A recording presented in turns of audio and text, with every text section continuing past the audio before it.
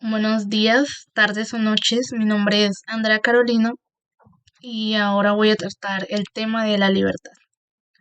Y para empezar con esto, me gustaría decir que la libertad, su definición como tal, va muy ligada a lo que es el contexto cultural, histórico y también hay a diferentes aspectos como son la política, la psicología, la filosofía y hasta un aspecto espiritual. Pero algo de que podemos concluir que tiene en común la libertad vista desde todos los ámbitos es que es un derecho inherente que tiene cada ser humano. Y la libertad la podemos ver desde dos partes, tanto externa como interna. La libertad externa se refiere a no tener limitaciones, por ejemplo, no estar en una cárcel, no tener limitaciones físicas, no poder desplazarnos de un lado a otro, ese tipo de libertad. Y también tenemos la libertad interna, que resulta ser la más importante desde mi perspectiva, porque en este tipo de libertad lo que importa es cómo la persona es capaz de tomar decisiones, tener una autodeterminación y poder elegir qué es lo mejor para sí. Este tipo de libertad interna es la que nos permite hallar sentido, poder decir que nuestra vida tiene un propósito mediante las acciones y decisiones que tomamos con nuestra libertad. Pero esta libertad interior tiene algo muy particular y es que viene de nosotros mismos, viene completamente de una dimensión interna de cada persona, porque no importa en qué situación de opresión el ser humano pueda estar o confinamiento, todo, todo se remonta a lo que está en nuestra mente, nuestra conciencia. Bueno, y ya presentado lo anterior, me gustaría decir desde mi punto de vista lo que considero libertad. Libertad como tal es este tipo de suerte con la que todo ser humano nace. La libertad es ese medio que nos permite desarrollarnos integralmente y de una forma digna como seres humanos, nos llena de una responsabilidad que todos y cada uno de nosotros debe cargar.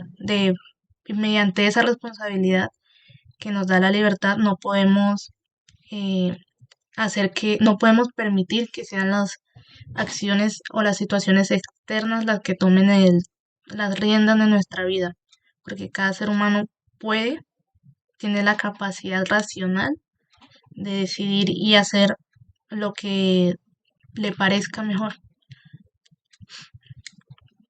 Y bueno, para seguir dando otro ejemplo, me gustaría hablar de un libro muy bueno, de hecho, del autor Víctor Frank. Él es un psicólogo y escribió el libro El hombre en busca de sentido. Aquí en este libro él empieza a narrar todas sus vivencias como uno de los presos en un campo de concentración. Y él allí cuenta como varias situaciones que le pasan a otros prisioneros. Y entre esas hay una muy particular en la que estaban todos en un cuarto confinados, todos confinados, y cuenta como uno de los prisioneros ya muy enfermo, muere. Muere ahí en ese mismo cuarto en el que todos ellos estaban.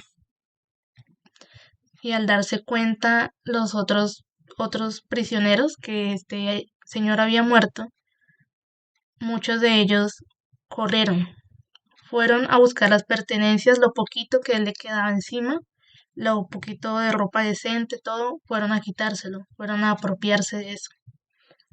Pero este señor, Víctor Frank, no lo hizo.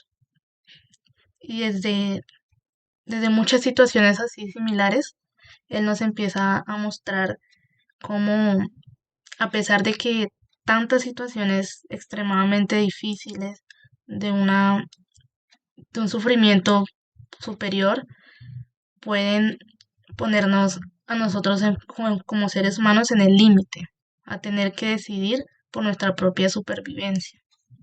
Y son estas situaciones en el límite en las que nosotros podemos decidir actuar con libertad interior, porque aunque a todos estos prisioneros con muchos tratos que les hacían les quitaban su dignidad como personas, su integridad, ellos desde sus propias acciones y sus propios actos podrían mantener algo de eso para sí mismos, podrían mantener aún su dignidad como personas.